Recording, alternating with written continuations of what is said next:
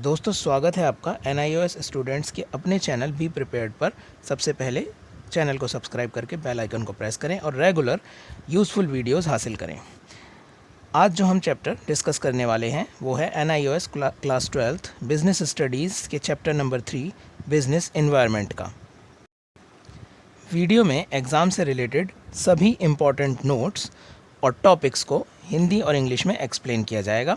तो आइए वीडियो शुरू करें। हमारा पहला नोट और टॉपिक है बिजनेस एनवायरनमेंट। इसे क्वेश्चन की फॉर्म में अगर लें तो क्वेश्चन बनेगा व्हाट इज़ बिजनेस एनवायरनमेंट या what do you mean by business environment.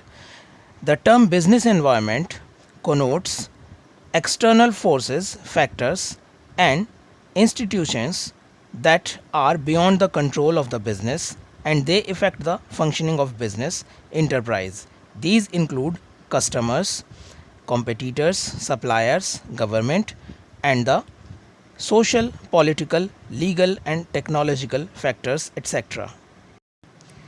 Business environment का मतलब वो सारी बाहरी शक्तियाँ जो किसी बिजनेस के कंट्रोल यानी नियंत्रण में नहीं होती लेकिन ये बिजनेस पर सीधे सीधे असर डालती हैं।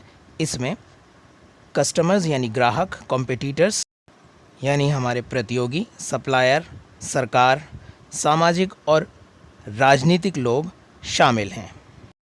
ये सब मिलकर बिजनेस यानी व्यवसाय के लिए एक बाहरी वातावरण बनाते हैं जिसे बिजनेस एनवायरनमेंट कहा जाता है। अगले नोट पर अब हम हैं फीचर्स ऑफ बिजनेस एनवायरनमेंट यानी व्यवसाय के वातावरण की विशेषताएं यानी खासियतें। तो पहली विशेषता है business environment is the sum total of all factors external to the business firm and that greatly influence their functioning.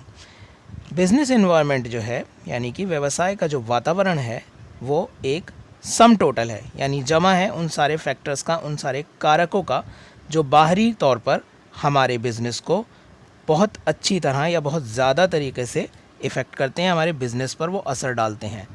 दूसरी विशेषता है business environment is dynamic in nature that means it keeps on changing. Business environment जो है उसकी nature यानी उसका जो स्वभाव है वो डायनामिक है। इसका मतलब ये हुआ कि वो हमेशा बदलता रहता है, कभी भी किसी व्यवसाय का वातावरण एक जैसा नहीं रहता, वो हमेशा चेंज होता रहता है। तीसरी विशेषता है business environment differs from place to place, region to region and country to country. Business environment सभी जगह एक जैसा नहीं होता है, ये क्षेत्र, स्थान और देश के हिसाब से अलग अलग होता है। अब हम हैं इम्पोर्टेंस ऑफ बिजनेस एनवायरनमेंट पर यानी बिजनेस एनवायरनमेंट व्यवसाय के वातावरण का क्या महत्व है। तो महत्व में हम पहला पॉइंट ले रहे हैं determining opportunities and threats. The interaction between the business and its environment would identify opportunities for the threats to the business. Business environment के कारण, व्यवसाय वातावरण के कारण हमें भविष्य में हमारे बिज़नेस को मिलने वाले मौक़ों का पता चलता है और साथ ही साथ भविष्य में हमारे बिज़नेस को किन किन चीज़ों से नुकसान है या ख़तरा है इसका भी पता चलता है। दूसरा पॉइंट है giving direction for growth. The interaction with the environment lead to opening up new frontiers of growth for the business firms. इससे हमारे बिज़नेस को तरक्की यानी विकास करने का मौका मिलता है। हमारा जो बिज़नेस है यानी कि व्यवसाय, बिज़नेस के environment यानी व्यवसाय के वातावरण के कारण उसे फलने फूलने का मौका मिलता है। हमारा अगला नोट है recent developments in Indian economy. भारतीय अर्थव्यवस्था में होने वाले हाल फिलहाल के विकास। The government of India introduced a radical change in economic policies in 1991. This policy abolished industrial licensing in most of the cases, allowed private participation in most industries. Disinvestment was carried out in many public sectors. Let us discuss the development under 3 heads. Bharat सरकार ने 1991 में अपनी आर्थिक नीति में एक बड़ा बदलाव किया जब उसने उद्योगों के लिए लाइसेंसिंग प्रथा यानी व्यवस्था को ख़त्म किया और कई ऐसे सेक्टर्स जो सरकार के अंडर में थे उन्हें प्राइवेट कंपनीज़ को बेचा। इसको न्यू इकोनॉमिक पॉलिसी के नाम से जाना गया। इसका मकसद था देश में विकास करना। इसके अंतर्गत 3 बड़े बदलाव किए गए जो इस प्रकार हैं। पहला, लिबरलाइजेशन यानी उदारवाद की नीति। Liberalisation refers to the process of eliminating unnecessary control and restrictions on the smooth functioning of business enterprises. It includes abolishing industrial licensing requirement in most of the industries. दूसरा, freedom in deciding the scale of business activities. Liberalisation यानी उदारवाद की नीति के अंतर्गत व्यवसाय और कई उद्योगों पर गैर ज़रूरी रिस्ट्रिक्शंस यानी पाबंदियों को हटा लेना। इसमें शामिल होने वाली जो 2 पॉइंट थे वो थे, पहला कि कई बड़े उद्योगों पर उस समय लाइसेंस लेना ज़रूरी होता था जिसको सरकार ने हटा दिया था। उसके बाद दूसरा पॉइंट ये था कि किसी भी बिज़नेस को अपने स्केल को खुद तय करने की आज़ादी दे दी गई थी। यानी लिबरलाइजेशन से पहले सरकार ने हर व्यवसाय के ऊपर ये पाबंदी लगा रखी थी कि वो कितना प्रोडक्शन करें कितना ना करें, लेकिन लिबरलाइजेशन की नीति आने के बाद व्यवसाय और उद्योगों के ऊपर से प्रोडक्शन यानी उत्पादन की सीमा हटा दी गई थी। दूसरा पॉइंट है प्राइवेटाइजेशन यानी निजीकरण। Privatisation refers to reducing the role of public sector by involving the private sector in most activities. इसका फर्स्ट पॉइंट है reducing in the number of industries reserved for the public sector from 17 to 8। दूसरा, disinvestment of share of selected public sectors industrial enterprises in order to raise resources and to encourage wider participation of general public and workers in the ownership in business। निजीकरण की नीति के अंतर्गत सरकार की भूमिका को कम करना और प्राइवेट सेक्टर यानी निजी क्षेत्र की भूमिका को बढ़ाना मकसद था। इसके अंतर्गत 2 बड़े बदलाव किए गए। सरकारी क्षेत्र के अंदर आने वाले 17 क्षेत्रों को घटाकर 8 कर दिया गया। यानी पहले 17 ऐसी इंडस्ट्रीज़, ऐसे क्षेत्र थे जो सिर्फ सरकार के द्वारा चलाए जा सकते थे, उनको घटाकर 8 तक सीमित कर दिया। और दूसरा बड़ा बदलाव था डिसइन्वेस्टमेंट। डिसइन्वेस्टमेंट का मतलब होता है विनिवेश। विनिवेश निवेश की अपोजिट यानी बिल्कुल उलट प्रक्रिया है। इसमें हम अपनी किसी इंटरप्राइज, अपने द्वारा चलाए जाने वाले किसी व्यवसाय को दूसरे के हाथों बेच देते हैं। तो निजीकरण की नीति के अंतर्गत दूसरा जो बड़ा बदलाव किया गया वो ये था कि सरकार ने अपनी कई ऐसी कंपनीज़ को, कई ऐसे सेक्टर्स को निजी कंपनीज़ के हाथों बेच दिया था जहां सरकार को उम्मीद थी कि सरकार से बेहतर निजी कंपनियां इसको चला सकती हैं। और इसका कारण यही था कि ज़्यादा से ज़्यादा निजी उद्योगों को बिज़नेस के क्षेत्र में शामिल करना।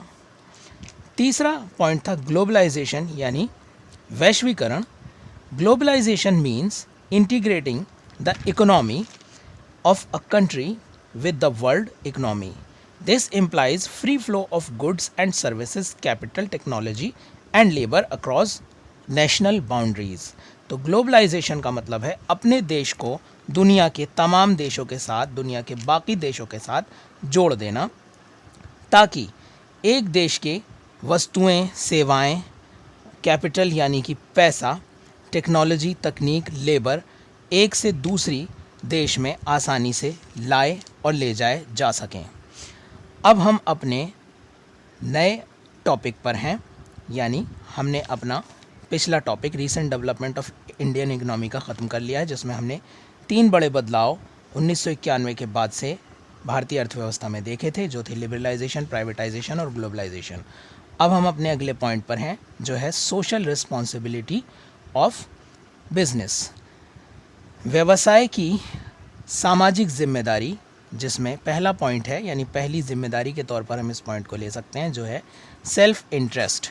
Business can succeed in long run by fulfilling the demand of society. The people who have environment, education and opportunities can become good employees, customer and neighbors of the business।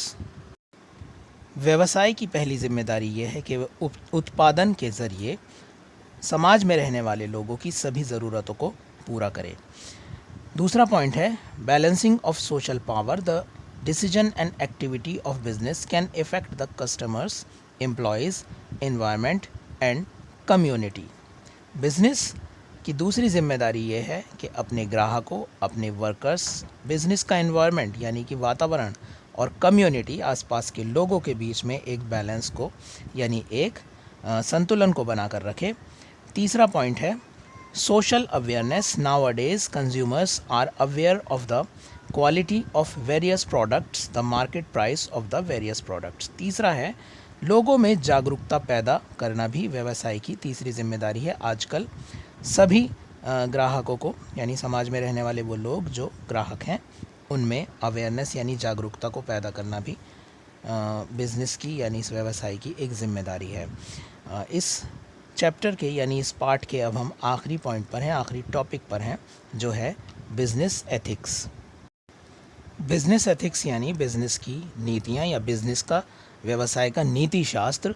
A few examples of ethical business are first, to change fair price from the customers, fair weight for commodities, third to ensure supply of safe product for the public, fourth to give fair treatment to the workers।